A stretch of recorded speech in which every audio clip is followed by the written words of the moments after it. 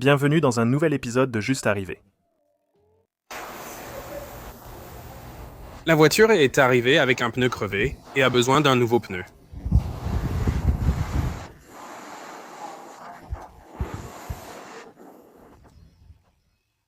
Quand tu es chez Lowe's et que tu n'as qu'une Subaru mais que tu dois transporter du bois.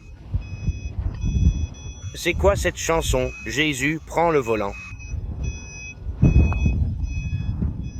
Des madriers de 6 par 8, 14 au total. Espérons qu'on n'ait pas freiné brusquement. On dirait que ces pneus auraient pu être plus gros quelque part. C'était un cauchemar à monter, mais ils se sont gonflés super vite. Selon le client, le tableau de bord clignote lors des virages à droite.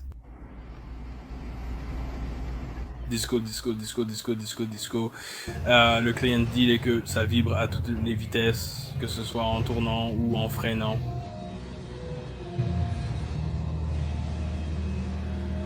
Oh merde. Je ne vois vraiment pas pourquoi. Elle est foutue. Ce véhicule est arrivé en mode survie totale. Des pinces étaux et des colliers de serrage utilisés à profusion. Alors, quel genre de personnes vend cette voiture à un gamin de 16 ans? Métal contre métal de ce côté. Voilà, c'est l'intérieur du disque, il n'y a plus de plaquettes. L'étrier fuit activement parce qu'il est complètement sorti et en plus, il projette du liquide de frein partout dans le passage de roue. Il y a des fuites d'huile active partout sous le moteur. Donc, au moins, la boîte de vitesse ne fuit pas, le joint de cache-culbuteur fuit et il semble même que le carter d'huile pourrait fuir aussi.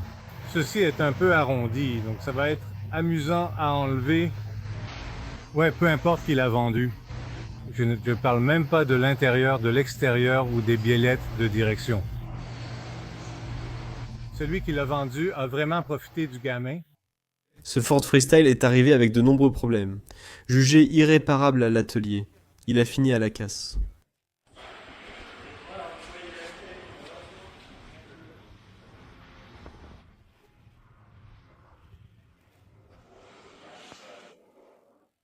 Un client s'est présenté avec une cartouche de vape coincée dans son pneu. On avait déjà vu des clés de maison et des clés à molette, mais jamais une cartouche de vape.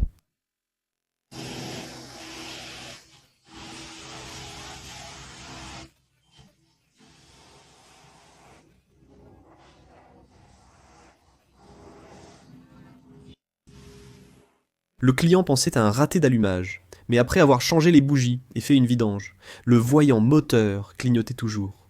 Le clignotement du voyant moteur était causé par le capteur de cliquetis surchargé dû au cognement des coussinets de bielle.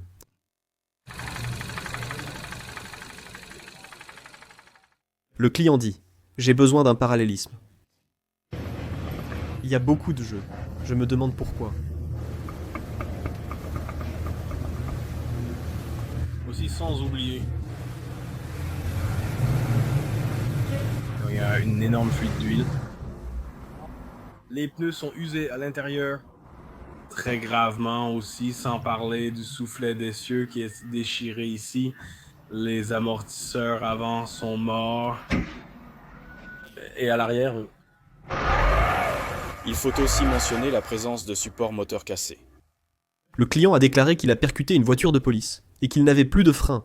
La voiture a fini par être mise en fourrière après un accident et, après l'avoir récupérée, le client l'a fait remorquer jusqu'au garage. Après avoir examiné le véhicule, le garage a refusé d'y travailler, car le client a dit qu'il n'avait pas d'argent pour payer les réparations. Et la voiture semblait encore plus douteuse après un rapide coup d'œil. Le client a admis qu'il vivait dans la voiture. Le client l'a fait remorquer à la casse quelques semaines plus tard, et l'histoire ne dit pas où il vit maintenant. Le client indique qu'il pourrait avoir un bouchon de vidange endommagé. Ça, mes amis, c'est une bougie d'allumage, oui. On dirait de la qualité Walmart. Le client dit qu'il y a un bruit de cognement à l'arrière et que ça flotte beaucoup. Tu veux remonter?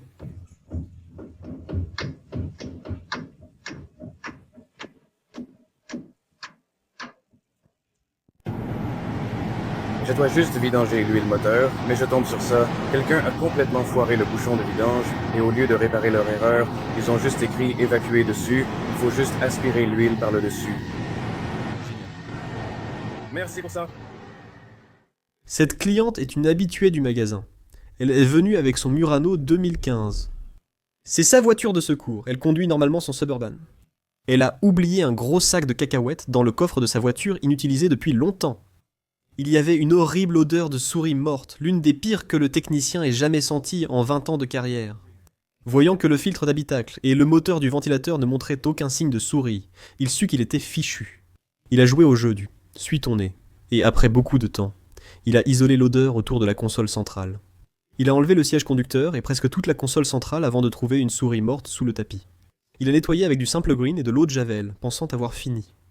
Après 1 heure, l'odeur persistait toujours. Il a retiré les garnitures tout autour du tapis et l'a soulevé, juste pour trouver 3 autres petits cadavres. Du simple green, encore de l'eau de javel, et il pensait en avoir fini jusqu'à ce qu'il revienne 1 heure plus tard et retrouve la même odeur au même endroit. Frustré, il a utilisé son endoscope et a découvert un autre petit corps sans vie sous le siège du conducteur. Il a dû découper la pièce pour atteindre le garçon.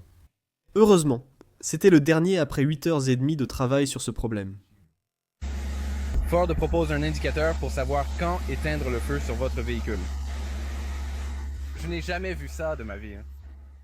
Cette voiture est venue pour une vidange, et parce que ses freins grinçaient. Le technicien a découvert qu'ils étaient complètement pourris.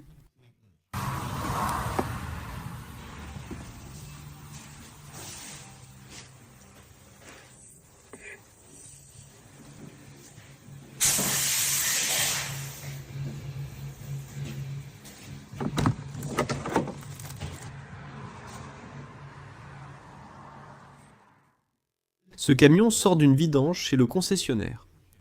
Ils avaient laissé le bouchon de vidange desserré. Heureusement, il l'a vu avant de partir.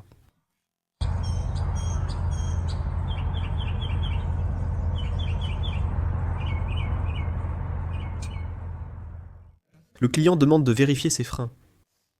Comment vont mes freins arrière? Ceux-là? Ils ont l'air en bon état.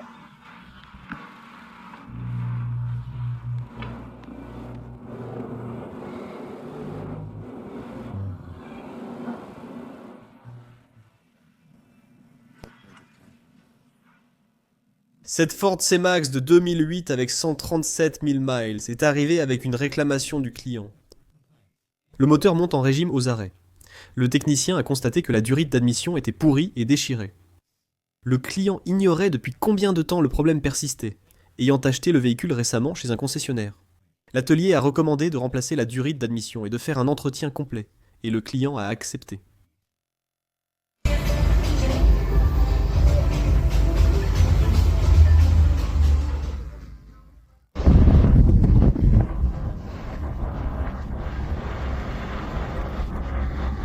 Rincez le condenseur et l'évaporateur, placez le condenseur.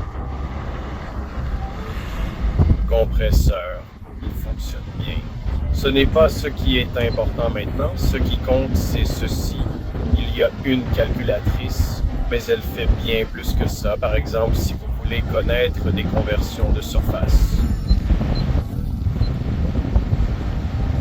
Ici, bon sang, où est-ce que c'est acre, 12 acres? Ça fait 48 562,277 mètres carrés. On ne sait jamais. Quelles autres voitures ont des calculatrices que je n'ai pas? Tu sais, tu peux soumettre des vidéos que tu as filmées toi-même sur notre site web à justrolledinYT.com. J'espère que tu as apprécié cette vidéo et n'hésite pas à laisser un like ou à t'abonner si ce n'est pas déjà fait. Merci d'avoir regardé.